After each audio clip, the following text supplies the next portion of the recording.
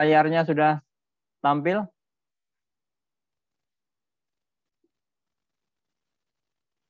Halo?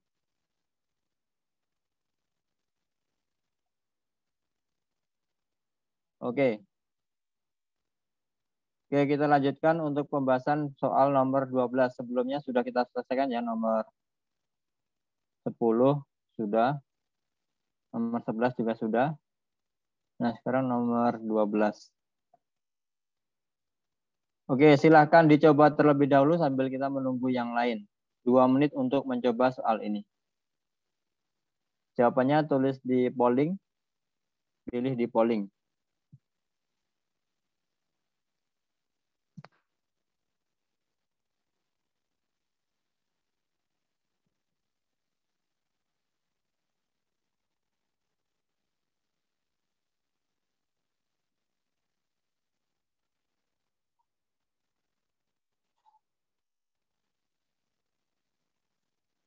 Sudah ada yang menjawab satu?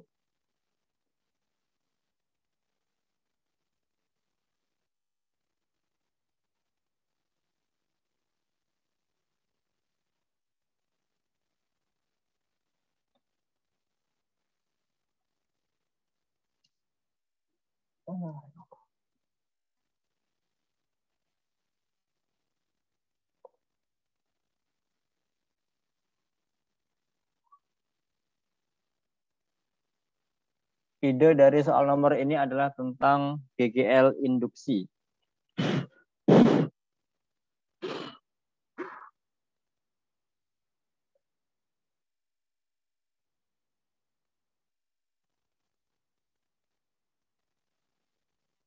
Yang lain kemana ya kok nggak join?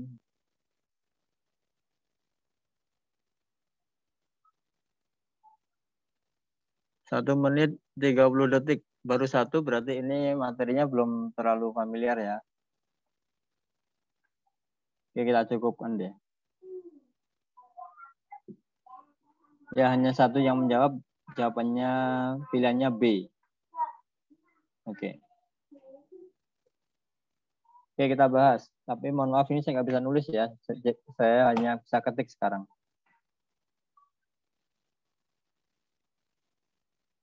Oke, di soal ini tentang GGL induksi. Jadi ini saya pakai ini bisa. Tulisnya pakai mouse.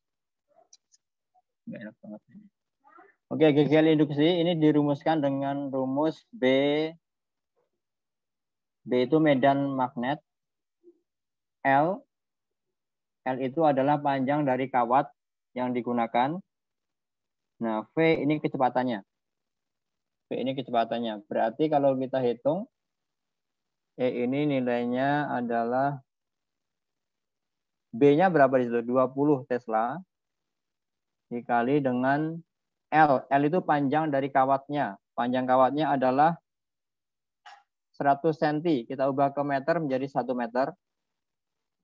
V itu kecepatannya, kecepatan bergeraknya.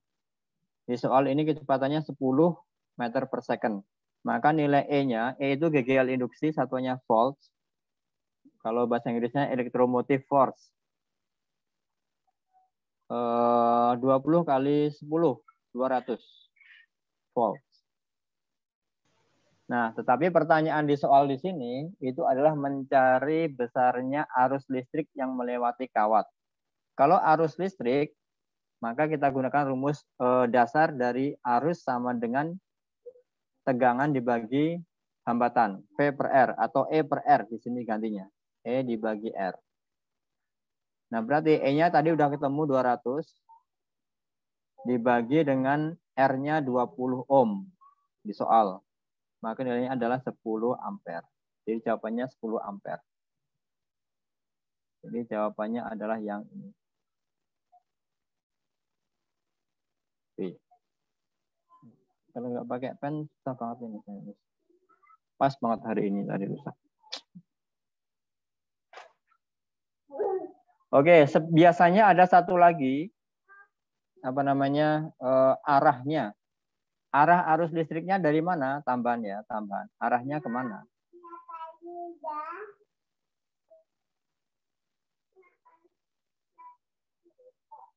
A ke B atau B ke A. Kan kawatnya itu AB ya, kawatnya AB. Nah, biasanya arus listriknya juga ditanyakan arahnya. Selain nilai, itu ada arahnya. Arahnya kemana? A ke B atau B ke A. Nah, untuk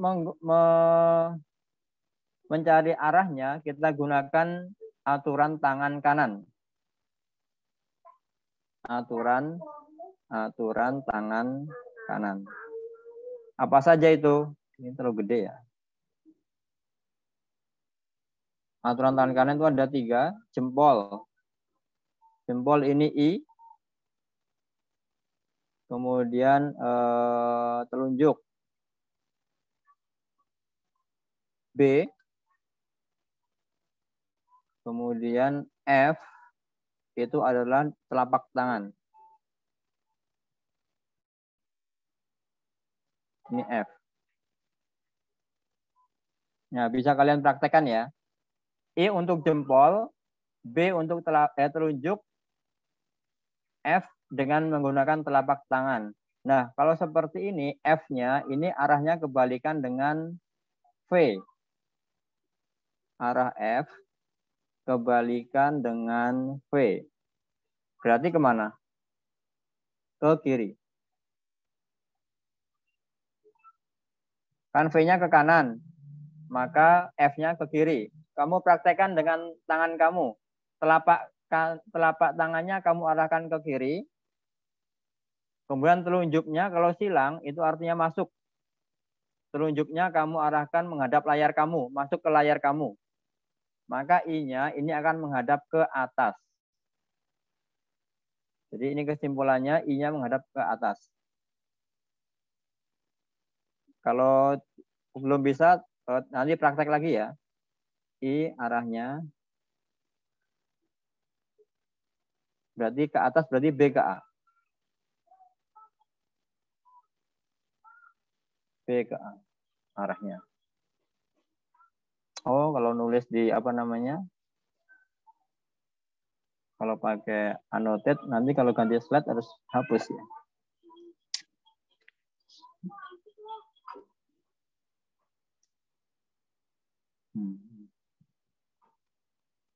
Oke, bagaimana untuk nomor 12 ini bisa dipahami nggak? Amir, Win-Win, Dia, Ulhaq, Isyraki, Raffi. Bisa dipahami atau perlu diulang? Pak, itu yang E itu rumus apa, Pak? GGL induksi. E itu lambang apa, energi? Bukan. GGL. Oh, oke. GGL itu electromotive force kalau bahasa Inggrisnya. Electromotive force itu IMF susahnya. IMF. Nah, itu kan satuannya volt. Jadi volt yang dihasilkan dari arus listrik pada medan magnet, atau sebenarnya medan magnet sih sebenarnya, itu adalah electromotive force. Bahasa Indonesianya GGL induksi, simbolnya E kebalik. Kayak angka 4 Arab gitu loh. Itu simbol GGL induksi. Ini mohon maaf banget ya, saya nggak bisa nulis secara apa namanya, leluasa kalau seperti ini. Pas banget rusak. Ini GGL induksi.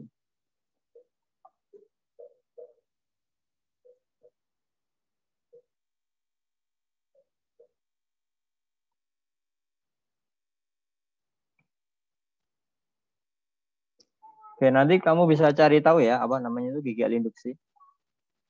Bisa search. Bentar, ini mau saya dokumentasikan satu-satu deh. Ke teman saya dulu deh. Nanti saya kirim di grup. Soalnya ini kalau pakai annotate pasti hilang kan. Ganti slide. Ini harus dibersihkan lagi. Ya Allah. Itu hilang lagi ya. Harusnya pakai teks aja tadi saya. Oke, nggak apa-apa. Ini jawabannya tadi sudah ya. Nanti saya kirim di grup deh jawabannya. Oke, nomor 13 silahkan dicoba.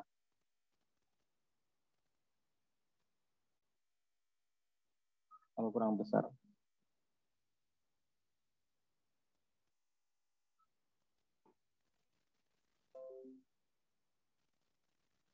Ya, kayaknya agak panjang.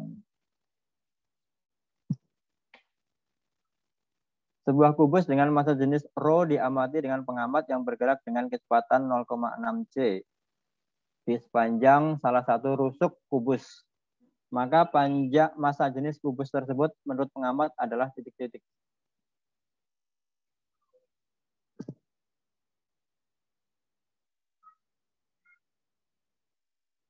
Ini tentang apa namanya?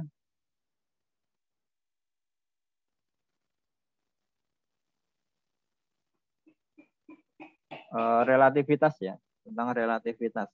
Kalian harus ingat Rho itu massa jenis. Massa itu artinya massa jenis artinya massa per volume.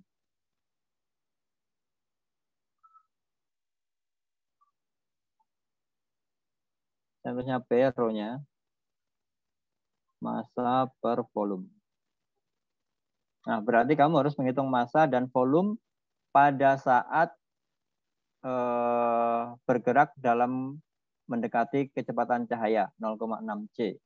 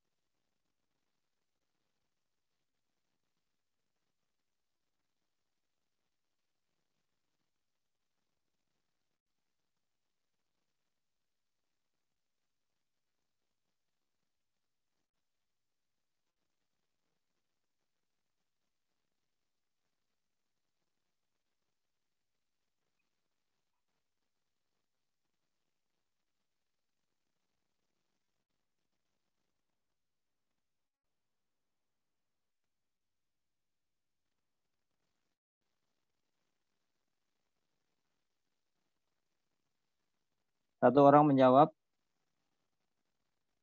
Sudah hampir 2 menit.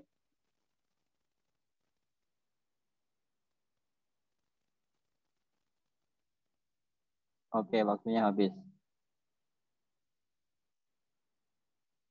Ya, hanya satu yang bisa yang menjawab, jawabannya D. Oke, kita bahas. Oke, tadi saya mengatakan bahwa massa jenis ini hubungannya dengan massa dan volume.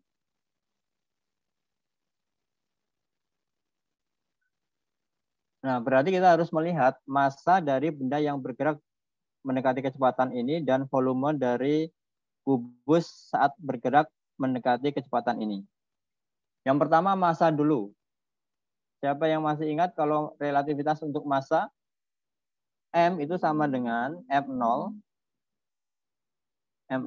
dibagi dengan akar. Akar gimana ya akar?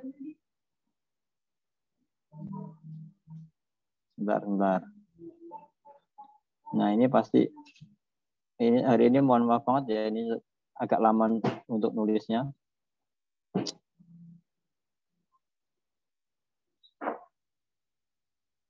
Simbol akar mana?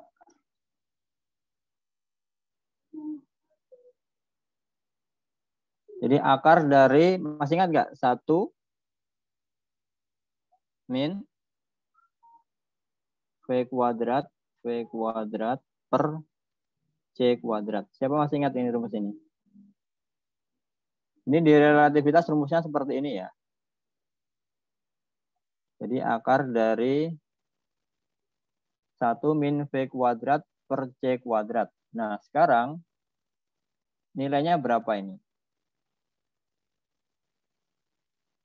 Kamu apa namanya harus ingat ya, kalau misalkan kecepatannya 0,6, kalau dengan V-nya ini 0,6 C, maka nilai dari ini, akar dari 1 min V kuadrat per C kuadrat, ini adalah 0,8. Kalau kamu hitung. Atau sama aja dengan 4/5. Coba praktekkan aja. 1 min 0,6 kuadrat. 0,6 kuadrat kan 0,36. C kuadrat per C kuadrat habis. Berarti 1 min 0,36. 1 min 0,36 itu 0,64. Di akar berapa? 0,8. Nih, 0,8.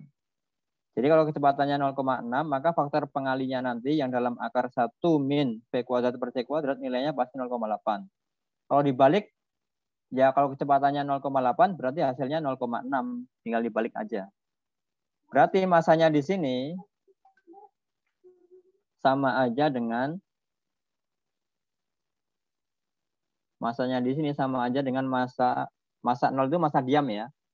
M0 itu masa diam. M biasa itu masa saat dalam keadaan relativitas. Dibagi dengan 4/5. 4/5 lagi. 0,8. Seperti ini. Nah, berarti M-nya berapa? 4/5 kalau naik berarti 5/4 jadinya. 5/4. M0. Ini baru massa. Ini untuk yang massa. Relativitas massa. Kalau volume bagaimana? Kalau volume, ini udah ketemu satu ya. Kalau volume bagaimana kalau volume? Volume itu kan rumusnya kalau kubus ya, panjang sisi kali sisi kali sisi, rusuk kali rusuk kali rusuk. Nah, sekarang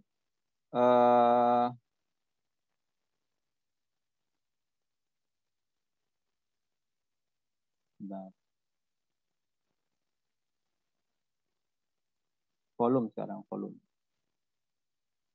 Kalau yang volume 0, volume awal ini adalah R pangkat 3. R pangkat 3 seperti ini. Tetapi kalau saat relativitas ini bukan seperti itu.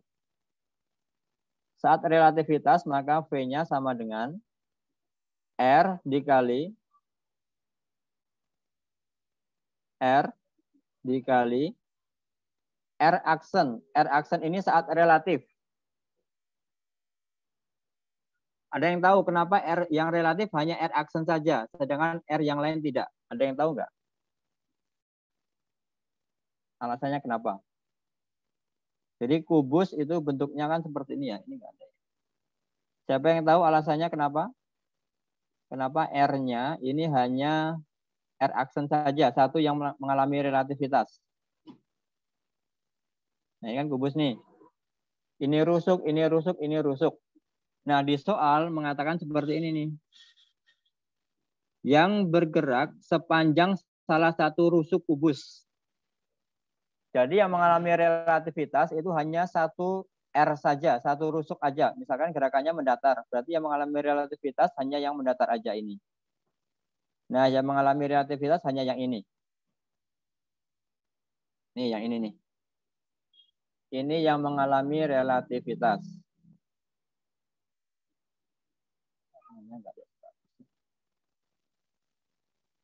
Nah, ini yang mengalami relativitas nih. Berarti ini tetap R, ini tetap R, ini bukan R, tapi R aksen. Nah, R aksen nilainya berapa R aksen? Nah, kita harus menghitung nilai R aksen. R aksen ini adalah R0 atau R diam, berarti R biasa. Kalau untuk massa tadi relativitasnya dibagi, jadi M sama dengan M0, yang ini tadi. M0 dibagi akar 1 min V kuadrat per C kuadrat. Tetapi kalau panjang itu bukan dibagi, tetapi dikali. Nih, seperti ini nih. Nah, berarti berapa? Berarti R dikali 0,8 atau 4/5. R dikali 4/5 atau sama dengan 4/5 R.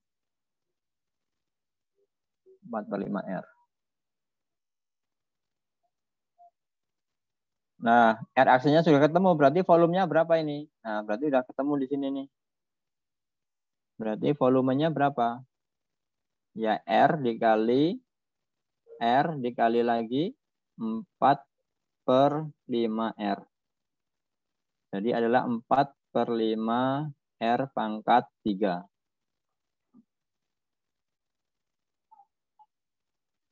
Nah, pangkat 3 seperti ini. Ini untuk volumenya.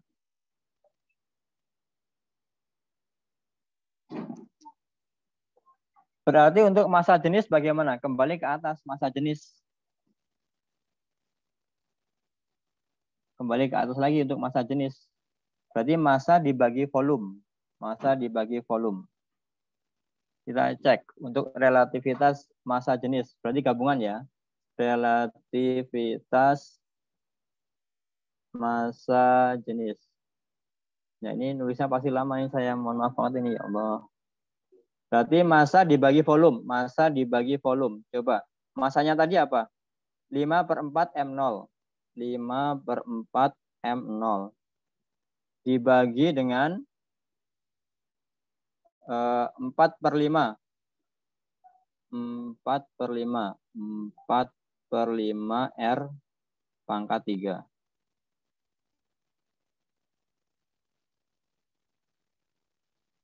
Berarti berapa ini? 5/4 dibagi 4/5. Jadi dibalikan itu jadinya.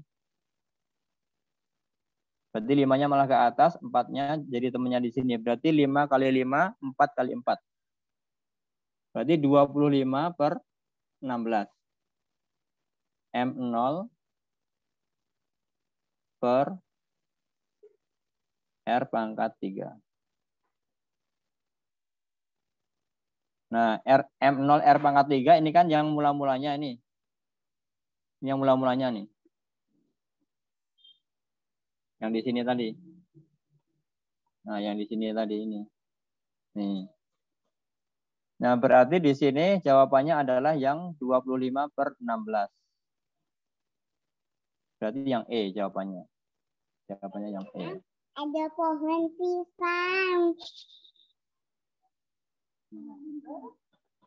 Nah, ini agak ulangi sedikit ya. Ini agak panjang memang apa namanya cara menjelaskannya. Oke, yang pertama kita ulangi dulu. Kalau benda bergerak dengan kecepatan mendekati kecepatan cahaya, maka akan mengalami relativitas. Relativitas ini bisa bekerja pada besaran-besaran tertentu. Misalkan massa, panjang, waktu, momentum, energi, dan sebagainya. Nah, untuk massa, rumus dari relativitasnya adalah dibagi. Jadi massa sama dengan M0 dibagi dengan akar 1 min V kuadrat per C kuadrat. Itu sudah rumus. Ingat ya, massa dibagi. Tetapi kalau panjang bukan dibagi, tetapi dikali. Maka di sini tadi, R aksennya menjadi R dikali akar 1 min V kuadrat per C kuadrat. Ketemunya ternyata 4/5 R. Berarti volumenya berapa? Ya ini R ke atas R, ke atas R, ke samping R, tapi yang mendatar atau lebarnya ini, yang ke kanan ini bukan R, tapi 4/5 R. Maka volumenya menjadi 4/5 R pangkat 3. Masanya tadi setelah relatif menjadi 5/4 M0. Maka massa jenis yang terakhir, M per V. Berarti 5/4 M0 dibagi dengan 4/5 R pangkat 3. Ketemunya 25/16. M0 R pangkat 3. M0 R per R pangkat 3 ini kan massa jenis mula-mula. Jadi jawabannya yang E. Ya, cukup untuk penjelasan di nomor 13 ini. Ya, mohon maaf ya, tulisannya agak seperti itu. Oke, lanjut nomor 14, silahkan. Ini tentang efek fotolistrik.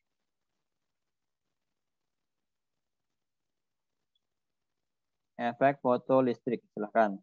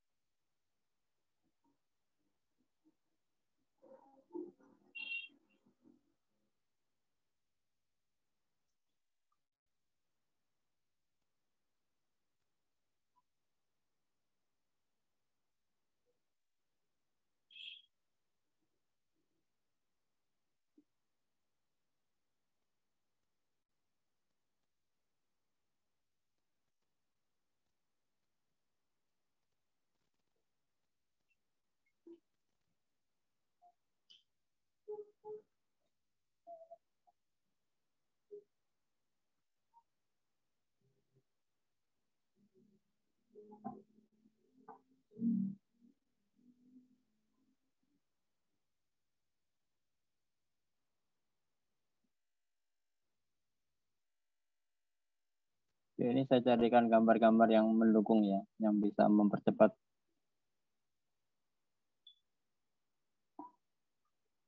Enggak ada.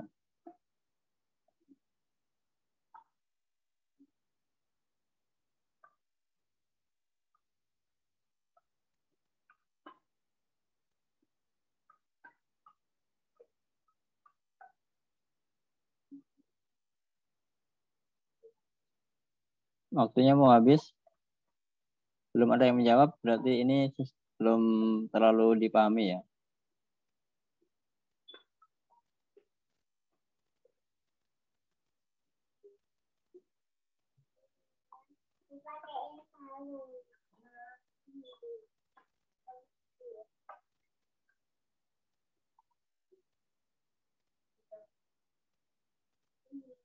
Oke, kita bahas langsung aja. Nah, ini saya kasih cari rumusnya.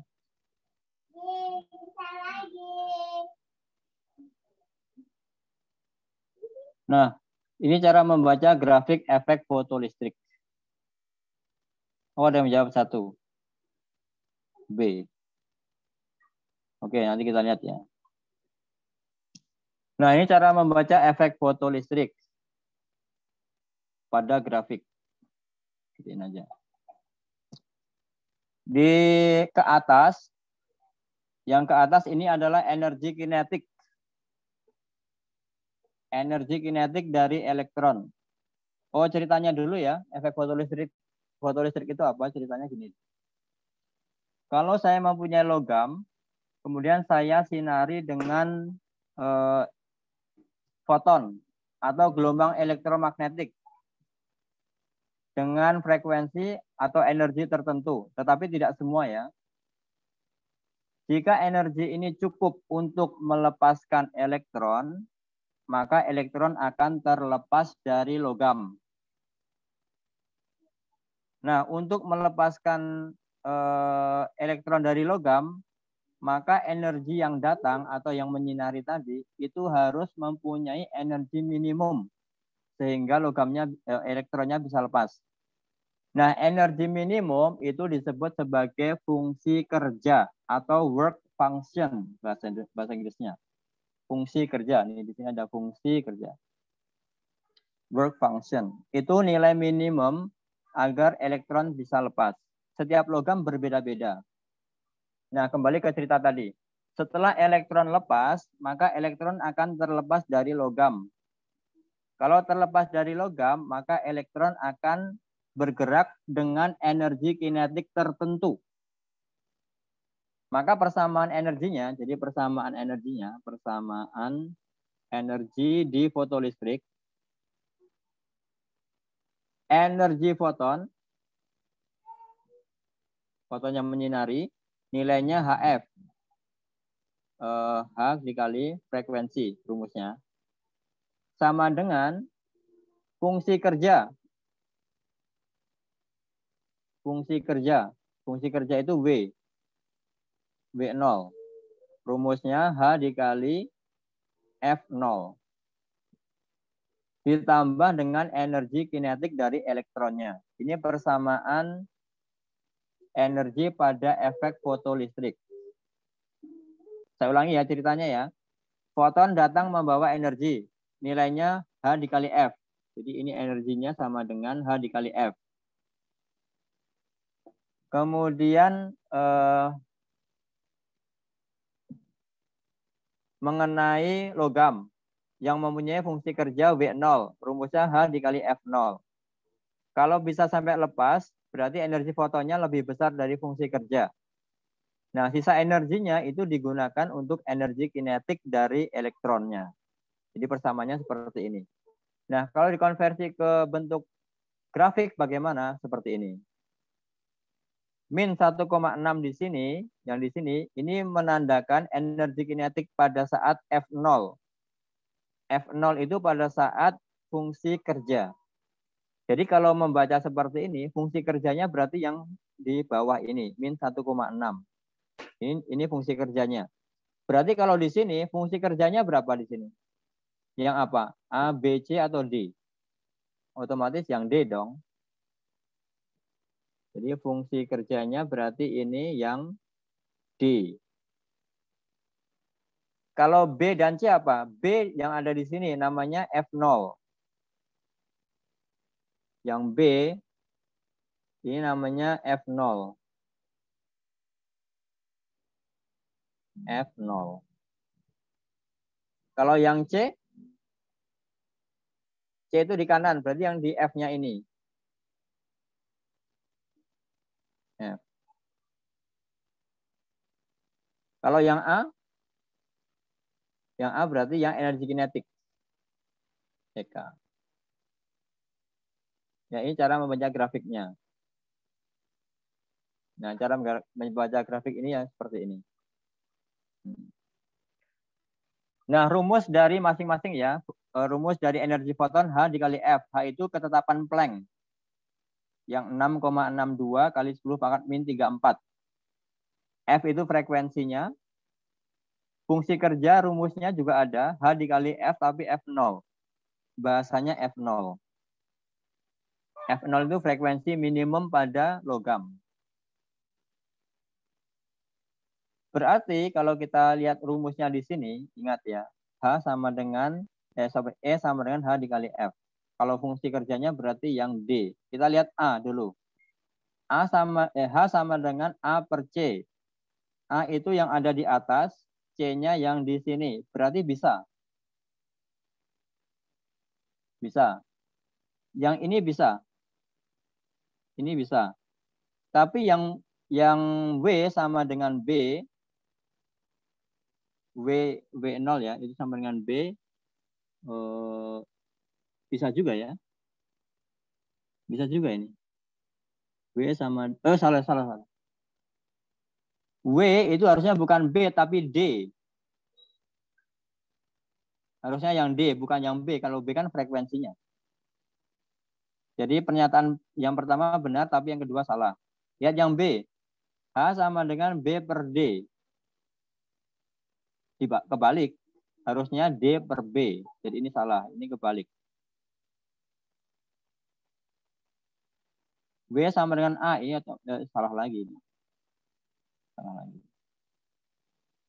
Yang C. H sama dengan A per B. A dibagi B. Bukan. A ini harusnya ikutnya yang C. Jadi ini salah. Ya udah nggak usah dilihat. W sama dengan D ini benar sebenarnya. Yang D sekarang.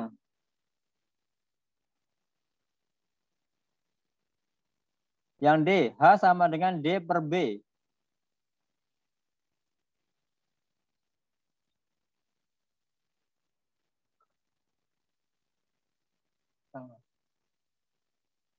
Baut cilik. Sorry, sebentar.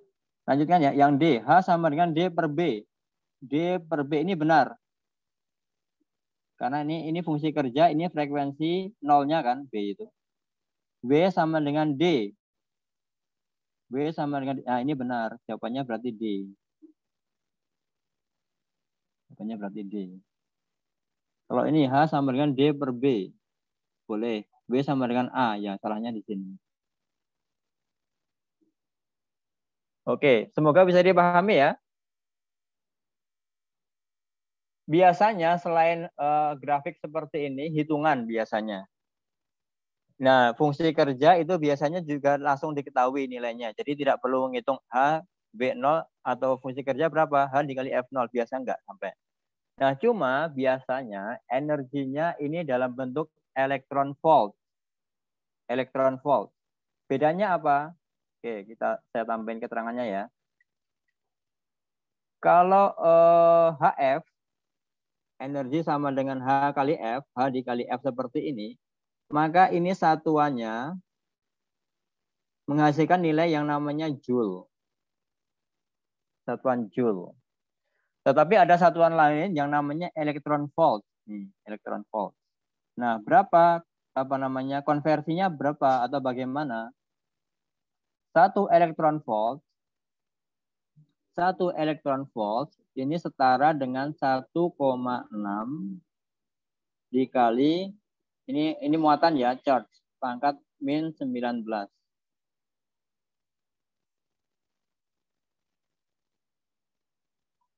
Min atau plus ya?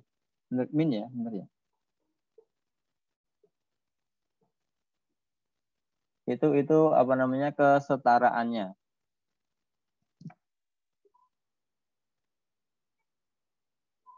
Ini kesetaraannya. Nah, di beberapa soal itu tentang hitungan. Berarti kamu harus mengkonversi kalau misalkan W0-nya dalam elektron volt seperti ini nih. 1,6 elektron volt seperti ini. Maka kamu harus kalikan dengan 1,6 kali 10 pangkat min 19 supaya menjadi joule.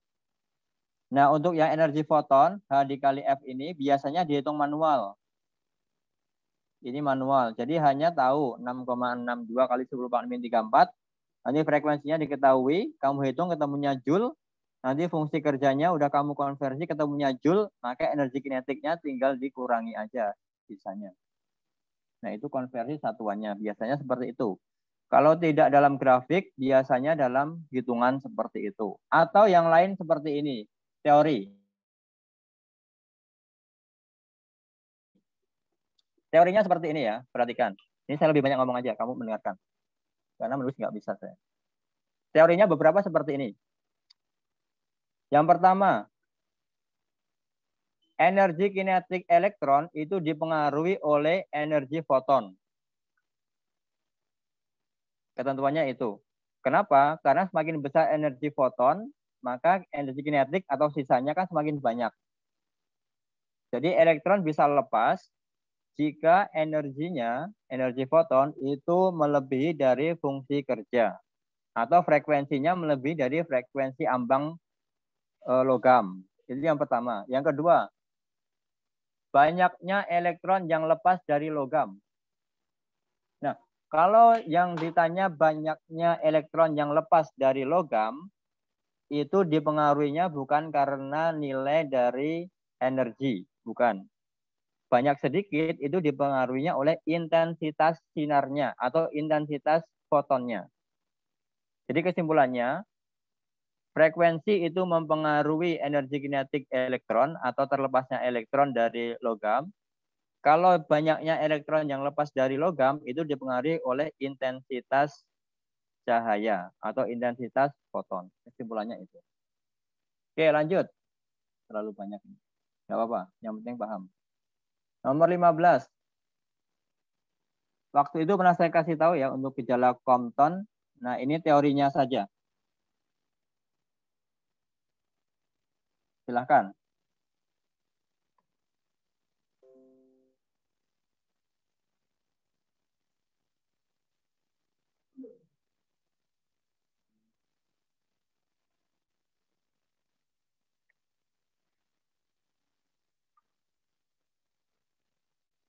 Sudah ada yang menjawab satu?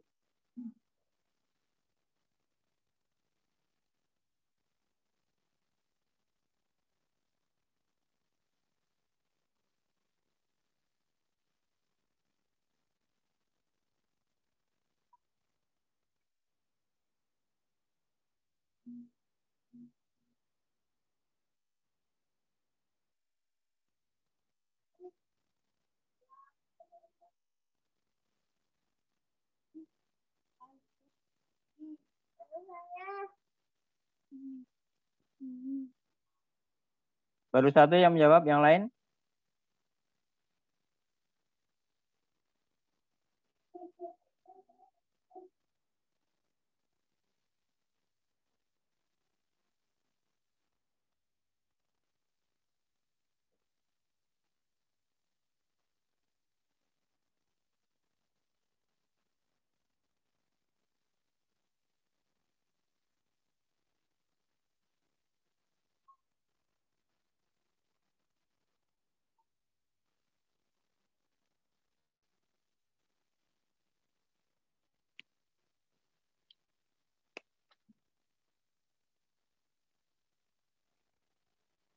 Oke, hampir 2 menit. Yang lain mana? Yang lain? 2 orang, baru 2 orang.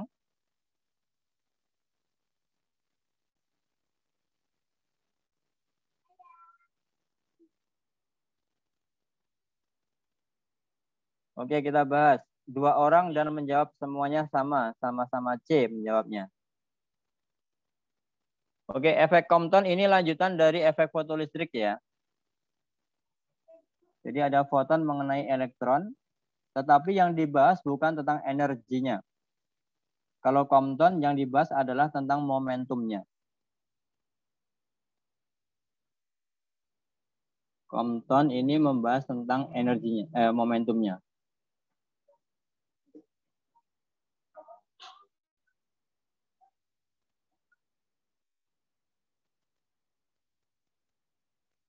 Kita lihat opsinya. A. Permukaan logam yang disinari menghasilkan fotoelektron dan menghasilkan arus listrik. Tidak menghasilkan arus listrik, hanya menghasilkan energi kinetik saja. B. Jumlah fotoelektron yang dihasilkan oleh permukaan logam, maksudnya fotoelektron itu elektron yang lepas, maksudnya. Berbanding lurus dengan intensitas cahaya yang menyinari.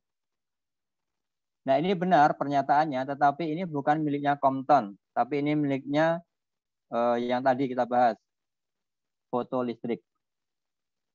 Partikel-partikel alfa yang ditembakkan ke permukaan logam emas tipis akan dihamburkan alfa ke emas. Alfa ke emas dihamburkan. Ini penemuan elektron ya. Kalau kalian pernah membaca eksperimen. Jadi ada yang dihamburkan, ada yang tembus, ada yang enggak. Nah, itu berarti menembak elektron. Tetapi ini bukan di Compton. Ini percobaan pada sebuah atom. Jadi hasil dari percobaan ini ternyata ada yang berhamburan sinarnya ini. Kok bisa? Oh, ternyata sebagian menumbuk elektron, sebagian tidak menumbuk elektron. Artinya kesimpulannya atom itu ada ruangan rongganya. Makanya bentuk dari atom miliknya Bohr itu elektron ada di luar pada lintasan. Nah, antara elektron ke inti itu berarti ruangan kosong. Kalau alfanya tadi mengenai ruangan kosong, maka ini akan tembus. Tetapi kalau ada yang mantul, berarti ini mengenai elektron nih. Ada yang belok, itu berarti mengenai sesuatu. Oh, ini namanya elektron. Ada lagi yang balik lagi ke awal. Oh, ini nggak kuat menembus nih, nggak kuat menembus atom nih. Berarti ini menembus inti. Nah, percobaan yang C ini membuktikan bahwa bentuk atom itu ada rongganya. Makanya digambarkan oleh Bohr, elektron ada di luar. D. Hamburan sinar X oleh elektron di mana panjang gelombang sinar yang dihamburkan menjadi lebih besar. Benar. Jadi hasil dari momentum ini menghasilkan panjang gelombang dari elektron itu lebih besar dari yang mula-mulanya, awalnya. Jadi jawabannya yang D harusnya.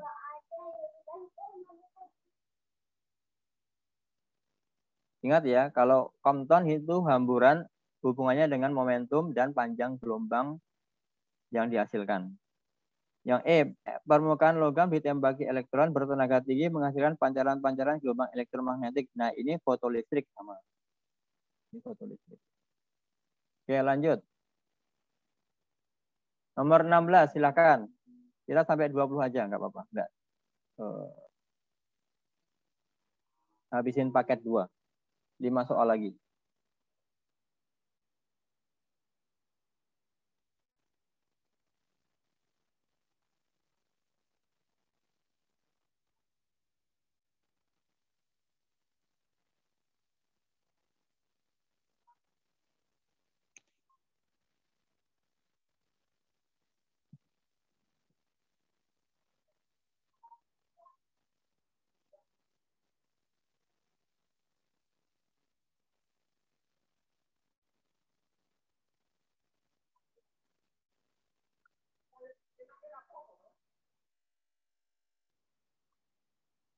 Sudah ada yang menjawab satu?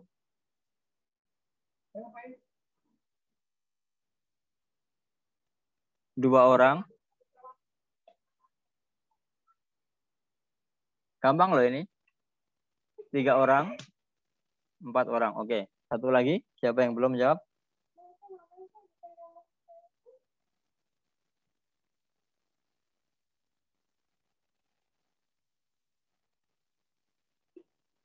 Oke, kita bahas 4 orang menjawab. 2C, 2D. Imbang. Antara C dan D imbang. 2-2. Oke. Ini tentang kesetaraan dari apa namanya gaya. Sebenarnya gampang ya. Kalau ada seperti ini, apa namanya? Ini katrol namanya, katrol. Ke bawah ini W. Maka kalau ini ada 2, seperti ini. Berarti ini setengah-setengah. Kalau ini misalkan tadi berapa? Masanya 30 berarti 300 ya. Di sini 300. Maka di sini menjadi setengah-setengah. Berarti 150. Ini juga 150.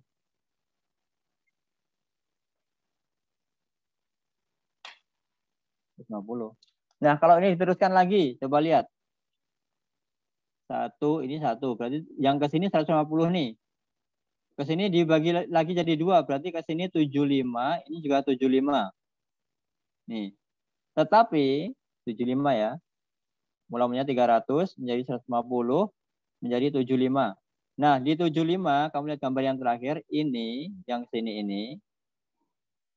Ini tidak ditopang, sebenarnya tidak ditopang. Ini gayanya sama, tetapi hanya diarahkannya berbeda. Yang mulanya ke atas, tapi sekarang diarahkan ke bawah, tapi tidak merubah nilainya.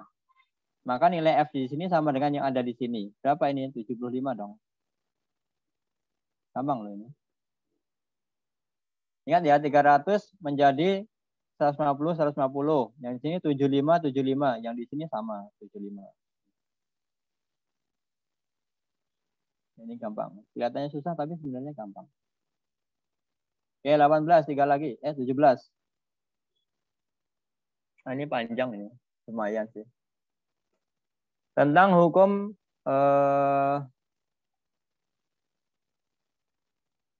energi mekanik.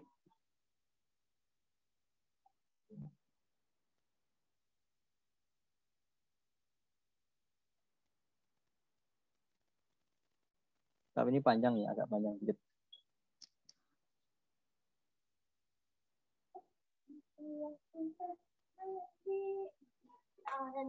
Oh, pollingnya belum.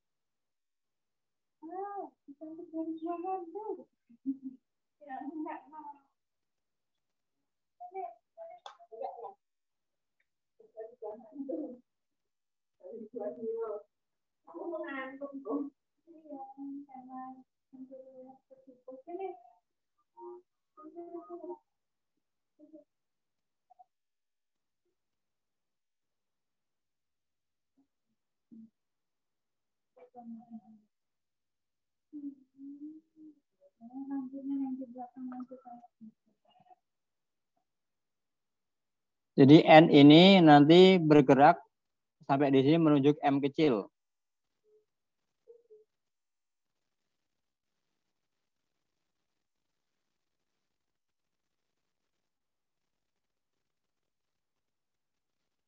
Kalau tidak elastis, itu artinya mereka bergabung menjadi satu.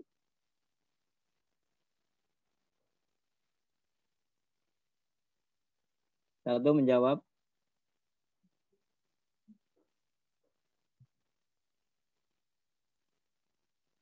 Dua orang menjawab. Beda-beda tapi mirip.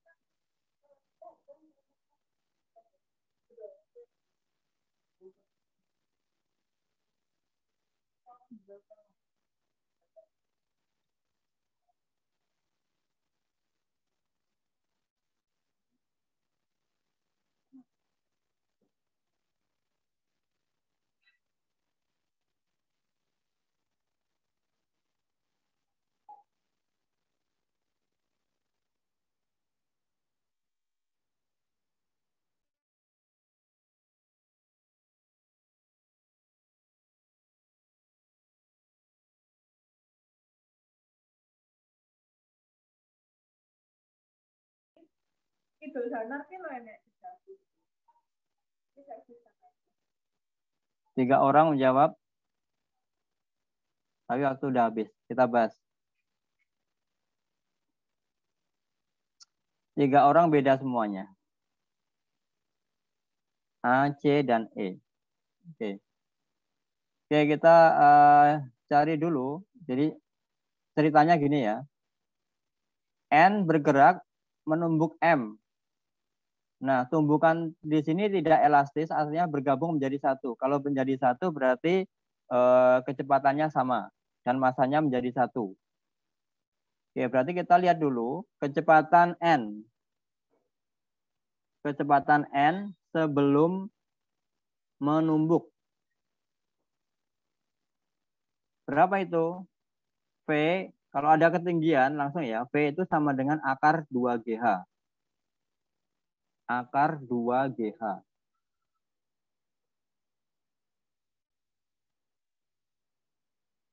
Akar 2GH. Hanya itu. Nah, sekarang kita lihat tumbukannya. Tumbukannya. Ini V kecil aja. Nah, sekarang saat tumbukan bagaimana?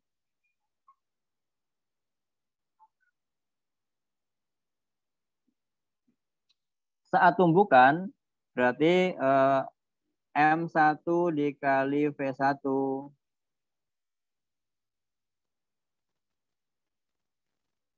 ditambah dengan M2 kali V2 sama dengan, karena tidak elastis berarti mereka menyatu, artinya masanya ditambahkan aja. M1 ditambah M2 dikali kecepatan akhir, pakainya V aksen aja. Kan mereka kecepatannya sama. Nah, M1-nya berapa? M1-nya M besar. M. Hurufnya M besar. Kecepatannya awalnya berapa? 0. Sorry, bukan 0. Yang di atasnya tadi, akar 2GH. Ini kan kecepatan benda satu. Ini V1-nya.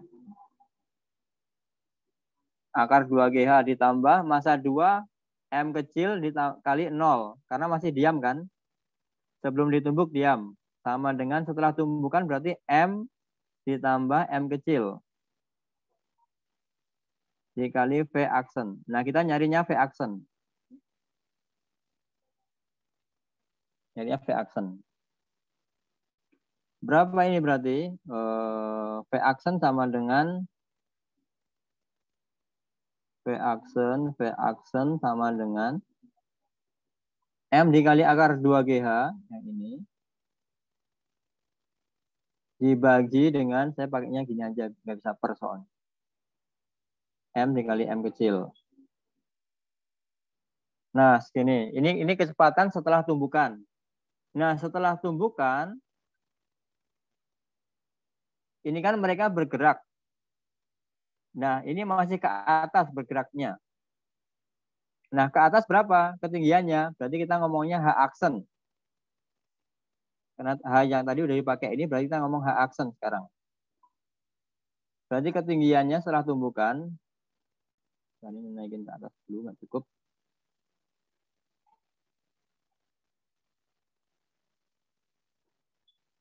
Ketinggian setelah tumbukan. Pakai rumusnya yang mana? Ya dasarnya dari rumus yang ini. Nih, dasarnya pakai rumus yang ini. Jadi kalau nyari H, V kuadrat per 2G. Jadi ini dikuadratkan, ini kuadratnya hilang, 2G jadi bagi. Berarti H aksen sama dengan V kuadrat, V aksen kuadrat. Dibagi dengan atau per 2G. 2G. Ini V kuadrat ya. Nah, V-nya tinggal masukin aja. V-nya kan tadi ini. Tapi dikuadratkan. Ini agak panjang dikit ya. Nulisnya juga panjang. Kalau pakai pen enak banget. Jadi ini dikuadratkan.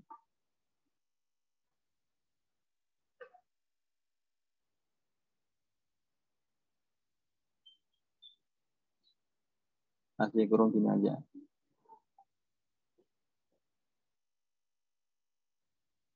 Kuadrat.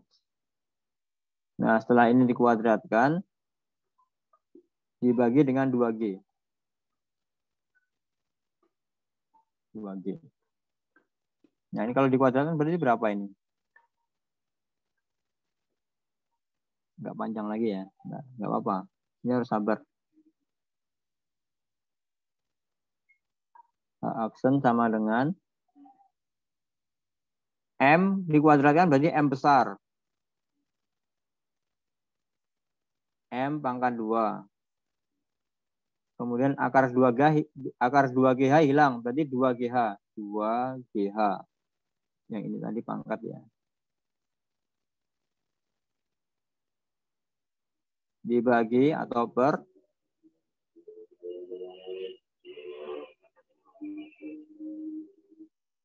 Ininya kuadrat. Ini pangkat 2. Ini masih dibagi lagi. Dibagi lagi dengan 2G. 2G. Nah, 2G-nya bisa hilang.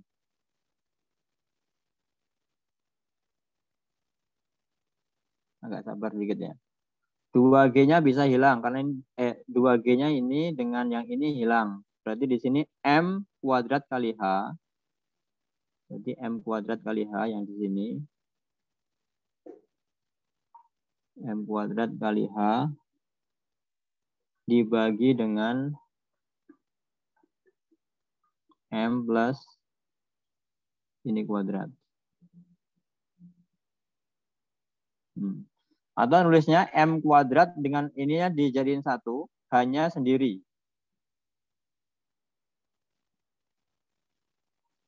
Jadi ini M-nya jadi 1, M per M dibagi dengan M plus M. Ini jadi 1 ya, jadi 1 seperti ini dikuadratkan.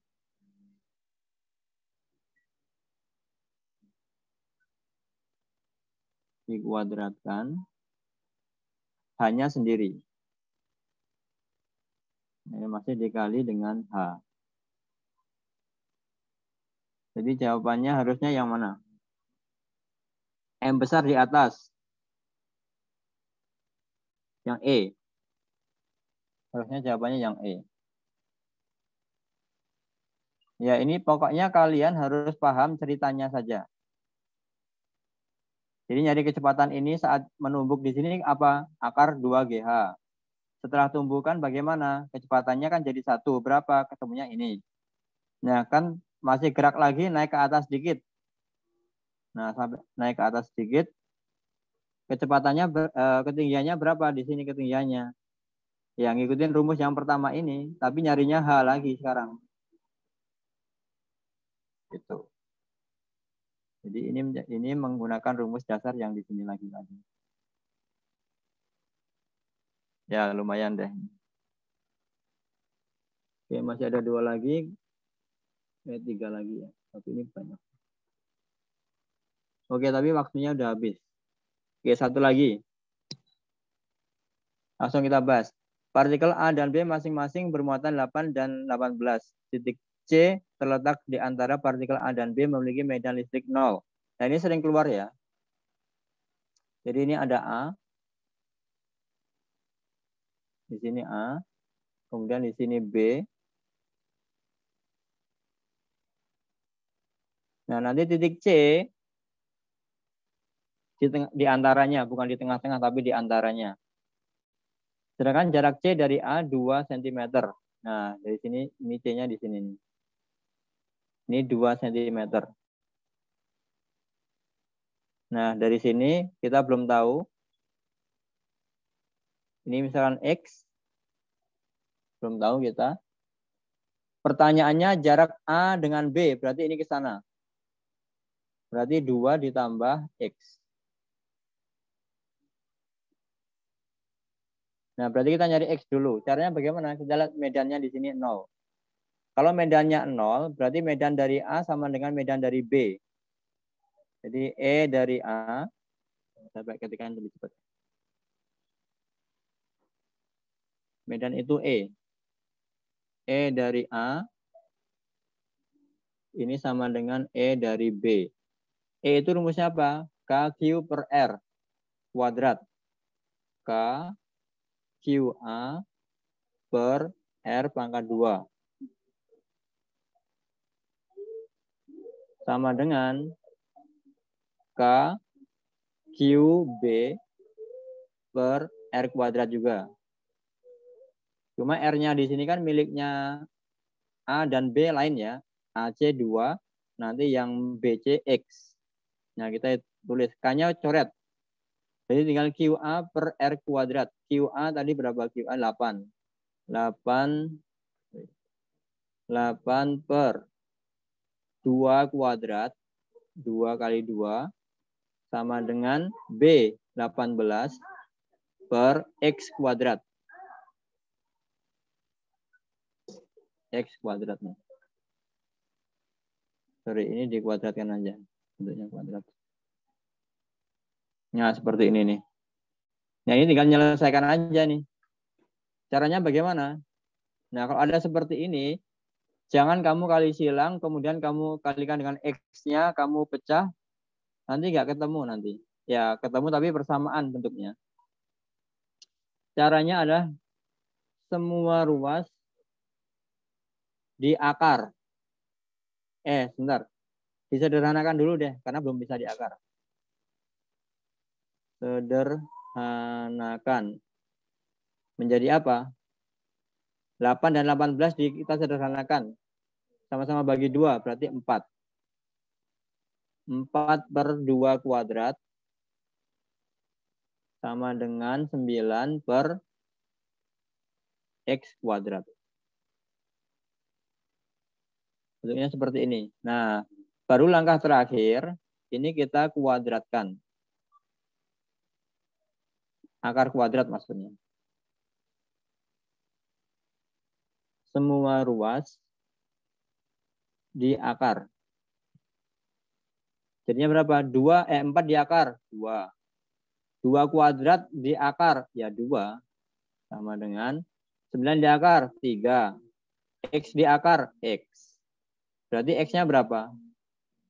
Berarti ketemu X sama dengan 3. 3 cm. Nah, ini caranya seperti ini nih. Ya, kalau X-nya udah ketemu berarti A ke B berarti 5 jawabannya.